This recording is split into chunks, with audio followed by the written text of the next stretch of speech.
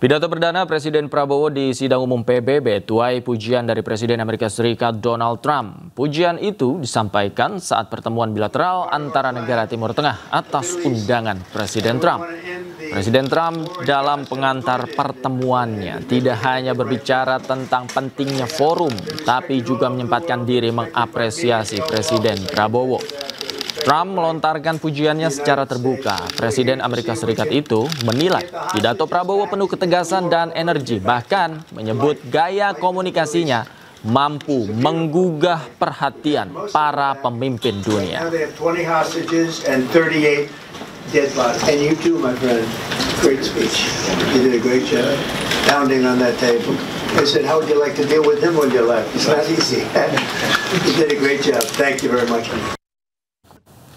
Pemirsa, Presiden Prabowo suarakan kemerdekaan Palestina dalam sidang umum PBB di New York, Amerika Serikat. Presiden juga tegaskan tidak ada satu negara pun yang bisa menindas komunitas umat manusia.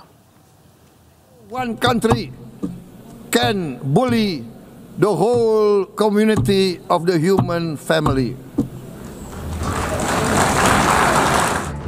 Dengan penuh semangat dan berapi-api, Presiden Prabowo Subianto menyampaikan pidatonya di sidang umum PBB. Dengan lantang sambil menggebrak meja, Presiden tegaskan tidak ada satu negara pun yang bisa menindas komunitas umat manusia. Prabowo juga menyuarakan perdamaian dunia dan mengingatkan kekerasan bukanlah solusi. To choose the right side of history, the path of the moral high ground, the path of rectitude, the path of justice, the path of humanity, to shun hatred, to overcome suspicion, and to avoid the use of violence. The use of violence will beget violence. No one country can bully the whole community of the human family.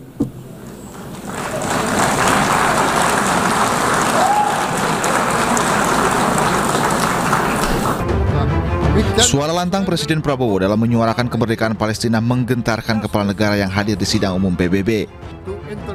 Pidato Presiden menjadi salah satu momen bersejarah karena mendapat giliran pidato di hari pertama dengan urutan 3.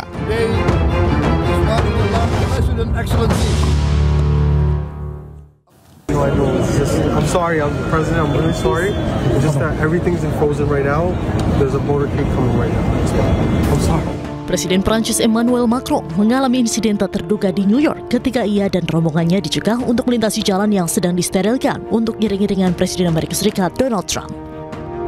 Dalam rekaman yang beredar, nampak Macron berbicara dengan seorang petugas polisi. Sang petugas polisi pun meminta maaf dan menjelaskan bahwa jalur tersebut tidak bisa dilewati karena konvoi Trump yang akan melintas. Setelah tertahan beberapa saat, Macron langsung menelpon Trump agar bisa lewat. How are you? Guess what? I'm waiting the street because everything is frozen for you. Di sela telepon tersebut, Macron sempat mengajak Trump untuk berdiskusi singkat mengenai situasi di Gaza. Kemudian sembari menunggu jalan dibuka, ia pun sempat menyapa warga New York dan berfoto bersama. Beberapa menit kemudian ketika jalan akhirnya dibuka kembali, Presiden Prancis beserta rombongan yang melanjutkan perjalanan dengan berjalan kaki.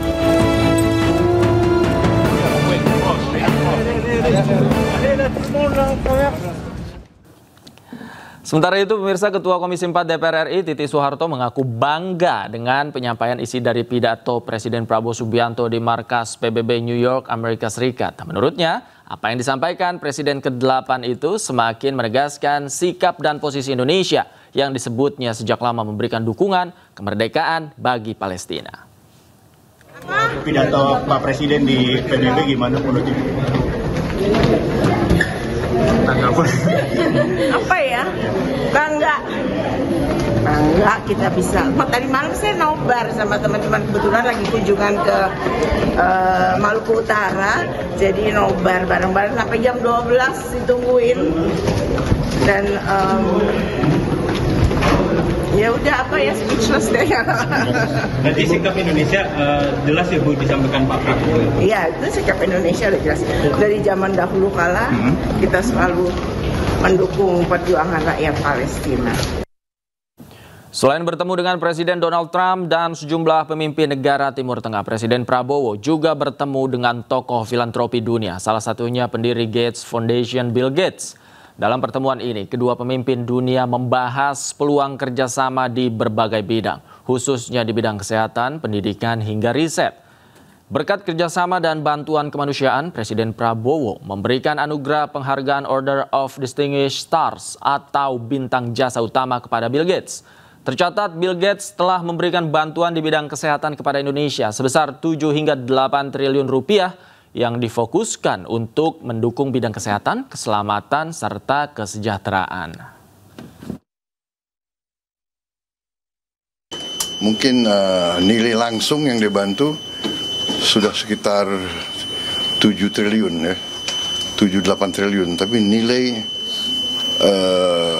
yang lebih luas itu dampaknya kurang lebih 4-5 miliar dolar. Bantuan research, mencari benih-benih yang terbaik, obat-obatan, vaksin. Jadi dengan pertimbangan itulah saya memutuskan memberi tanda kehormatan, dan juga tim kami dari Danantara berbicara terus sama yayasan beliau untuk bersama-sama mencari proyek-proyek kemanusiaan, proyek-proyek untuk membantu. Kita beralih ke informasi lain, pemirsa. Rombongan kapal misi kemanusiaan Global Sumut Flotilla diserang oleh pesawat nirawak Israel di perairan internasional Laut Mediterania. Serangan drone terjadi berulang kali saat rombongan kapal menuju Gaza pada Selasa malam waktu setempat.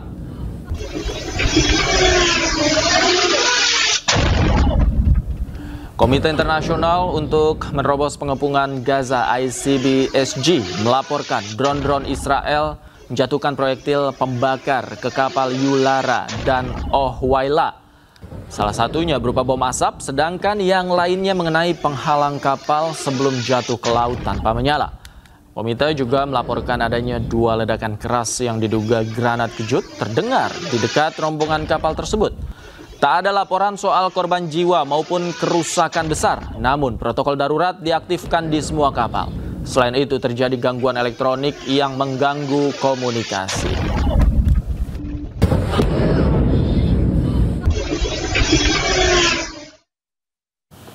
Pemirsa, topan super raksasa siklon tropis terkuat dunia tahun ini menghantam Hong Kong.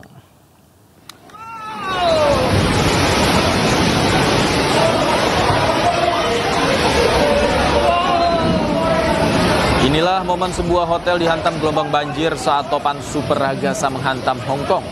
Sedikitnya 14 orang tewas dan ratusan orang hilang akibat terjangan topan terkuat dunia pada tahun ini.